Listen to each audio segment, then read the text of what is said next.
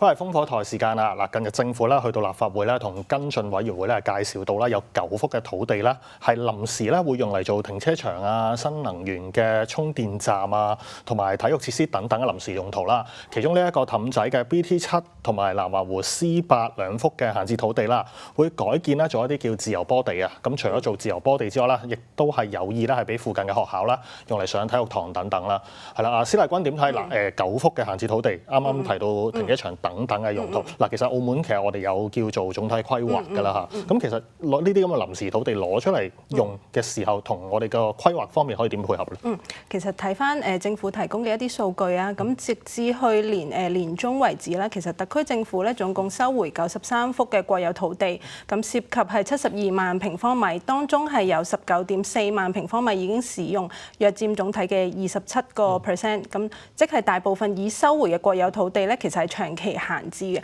咁其實呢個避免係造成係已經係造成咗一個浪費啦。咁而其實我哋睇翻我哋而家嘅土地法咧，其實都有明確規定係要切實有效咁利用呢個土地原則。即係咩意思咧？就係要確保適時合理咁使用土地，充分利用土地資源嘅。咁所以喺咁多嘅國有土地都未被使用嘅情況下，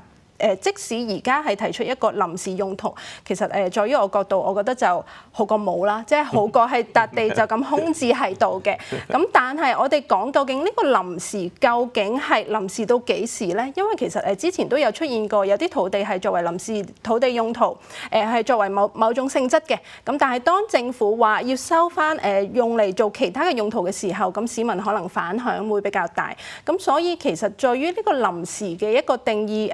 究竟係幾耐唔轉做臨時啦？其實我覺得呢方面都要係俾市民一啲資訊去知道，等市民係會唔會有一個過度嘅一個期盼，就覺得呢個土地係永遠係作為呢個用途㗎啦。咁此外，其實我哋亦都要知道啦，其實我哋嘅社會發展係不斷咁變遷嘅。咁譬如好似我哋以前可能市民更加着重係要有屋住嘅，想政府起多啲經屋、社屋咁。咁但係而家其實市民可能亦都會比較着重我哋講嘅一個健康啦，我哋社區嘅呢個配套設施啦，提升呢個生活環境嘅質素品質啦，甚至係有冇一個社區經濟同埋產業多元化等等。咁所以其實我哋市民嘅嗰個訴求咧，其實係隨住社會嘅變遷，其實不斷有嗰個調整嘅。咁所以其實對於今次政府係話呢啲臨時土地係作為一個停車場或者一個自由波地，又或者一啲體育康樂設施，其實呢方面都係回應緊現時市民嘅對於呢個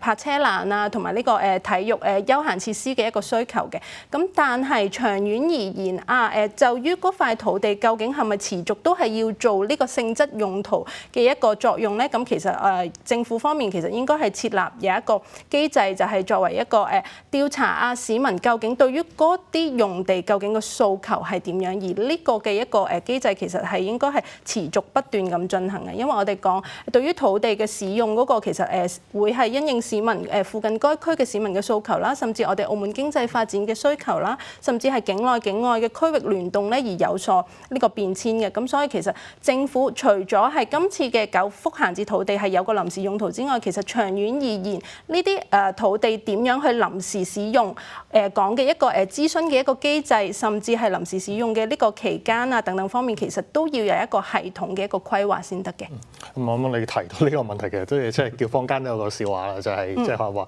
啲臨時多一段時間，其實都好似永久咁。係啦。咁你啱都提到即係可能話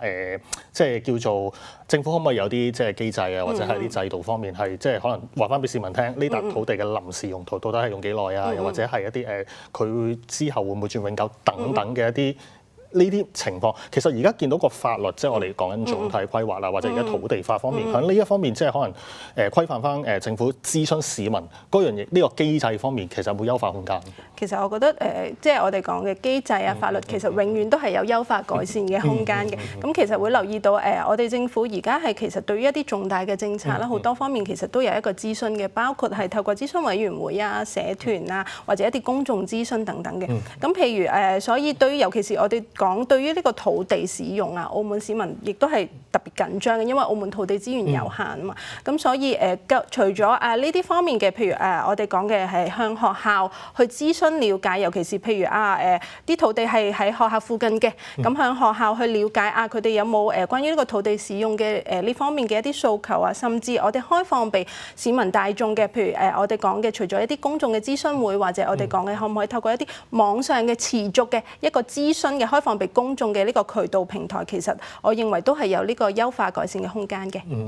郭猛基點睇頭先提到講話，即係可能體育方面，啱啱講自由波地咁，都會即係政府都希望睇下附近學校會可以用嚟做體育堂等等啦咁樣。咁但係啱啱提到啦，話即係啲土地話臨時嘅，你又唔知佢臨時到幾時咁樣。咁其實呢樣嘢對即係可能響教育啊或者係規劃方面，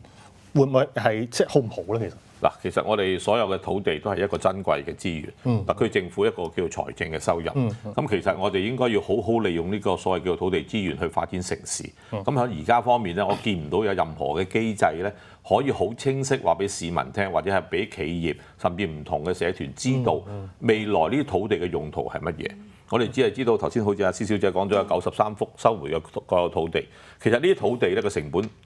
當然收翻嚟係政府㗎啦，或者係國家㗎啦。咁其實要打理呢啲咁嘅閒置土地都要俾錢。我哋見到舊年或者前年啲人講話好多蚊嘅時候，佢又要派人去滅蚊啊、除蟲啊啲咁嘅情況。咁其實土地要養嘅都有成本啊。咁另外一方面就係話，如果你未嚟發展嘅時間，咁其實未來你會唔會配合到嗰區嘅規劃去做一啲工作咧？咁樣。因為上一屆政府咧曾經即係做得好仔細咁啊，將澳門分為幾多個區、幾多個區咁樣。咁當然啦，而家現屆政府都提都唔提㗎啦，嗰啲咁嘅情況。咁但係閒置土地咧，其實響路環啊、氹仔啊、澳門唔同嘅地區都有，特別係有一啲比較優質嘅地皮，例如好似響西環湖嗰度，我哋見到好多幅近住嗰個消防局啊、旅遊塔旁邊嗰啲咁嘅地方。咁我哋應該係要有個比較完善啲嘅規劃，去點樣利用呢啲土地去配合整區嘅發展。我哋見到好似我哋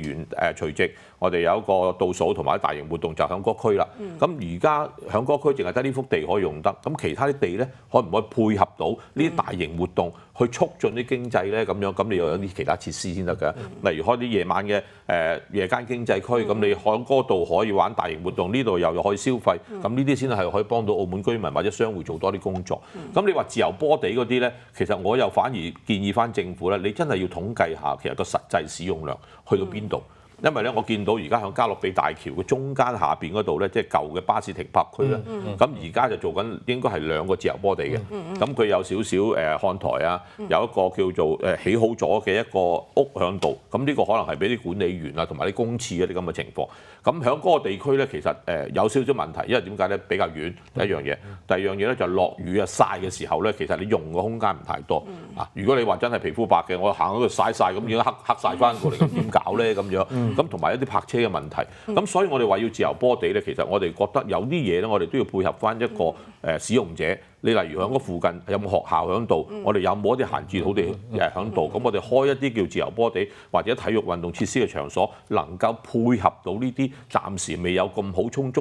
體育運動設施嘅學校或者社團，可以開展佢嘅活動咧。咁呢個先係重要。咁所以話你就算9幅10幅出嚟起停車場乜嘢都好，其實冇問題嘅。咁但係你後續咧，你應該係有一個完整嘅規劃，點樣串連晒附近嗰啲所謂叫做使用者，咁然後做好呢個工作。咁當然我哋可以喺網上做問卷，或者可以問一問啲體育總會。咁其實你哋想開展活動嘅時候，有咩最大困難啊？例如好似場地。如果我係戶外場地，適合打咩波咧？例如足球、籃球或者係其他方面嘅。如果係室內嘅，適合打邊啲？咁我哋喺呢方面咧，我哋有唔同嘅構思喺度。例如好似話打羽毛球、乒乓球嘅，你叫佢戶外打，好似又浪費咗，係咪啊？咁如果你話用小童嘅休憩區，或者係搭一啲叫做而家好大型嗰啲遊樂嗰啲設施咧，咁其實我哋亦都要睇下嗰區適唔適合。因為我見到而家喺觀音像旁邊嗰啲咧，其實而家都比較少人玩咗。大家知唔知咩原因咧？其實喺天熱嘅期間咧，就可能太陽比較曬啦，嗰個時間冇咩人出嚟。但係如果喺夜晚嗰度咧，就好多蚊。咁其實如果小朋友去到玩咧，你唔搽蚊怕水啊，或者唔蚊貼喺度咧，咁翻到嚟咬到好似真係一點點咁腫晒咁樣。咁呢個其實政府有冇留意到咧咁嘅情況？咁就係歸根結底咧，我哋都希望就係話喺呢個所謂叫閒置土地嗰方面啦，第一樣嘢要梳理翻邊啲土地適合用咩用途，例如商住嘅，例如係做起屋嘅，或者係其他啲叫大型商業中心、行政大樓，咁呢啲要分好區。另外就係話，我哋應該要成立一個土地儲備嘅管理委員會。咁呢個土地儲備委員會咧就經常出嚟咧，就係話我哋將啲閒置土地出嚟 review， 睇下邊啲地方係可以用到嘅，咁可以提到啲土地出嚟，咁然後去使用。咁第三樣嘢咧就係希望我哋嘅城規會嗰方面咧，能夠有少少權限喺度建議政府可唔可以提啲土地出嚟，我嚟做一啲社區嘅設施，或者係一啲商業用途，或者係大型遊樂中心。嗱，咁如果有啲咁嘅諮詢委員會嘅建議，有政府嘅提案，同埋有市民嘅支持，咁喺咩地方，我相信都係迎刃而解嘅。你啱提到城規會嗰個問題，其實都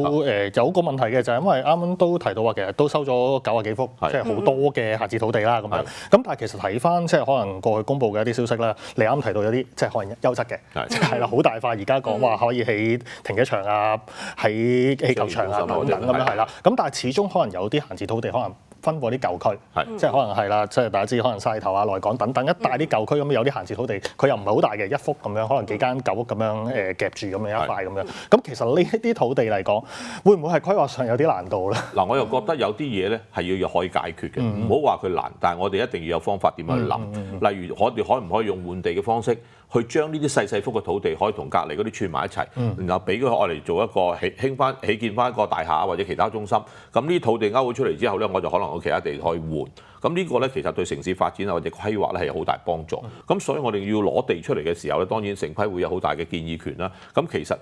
每一個區入邊嘅社團或者一啲組織，咁其實喺呢方面都要應該俾建議俾政府，因為呢啲人咧就比較貼地嘅，可以同一啲市民啊去交往啊、傾談呢咁嘅情況。咁我哋盡量希望係用好土地嘅資源去發揮佢嘅作用，又幫到經濟，又幫到我哋嘅澳門居民去做。咁呢啲先係土地應有嘅作用。好，咁呢一節時間到呢度，下一節翻嚟繼續討論時事熱話。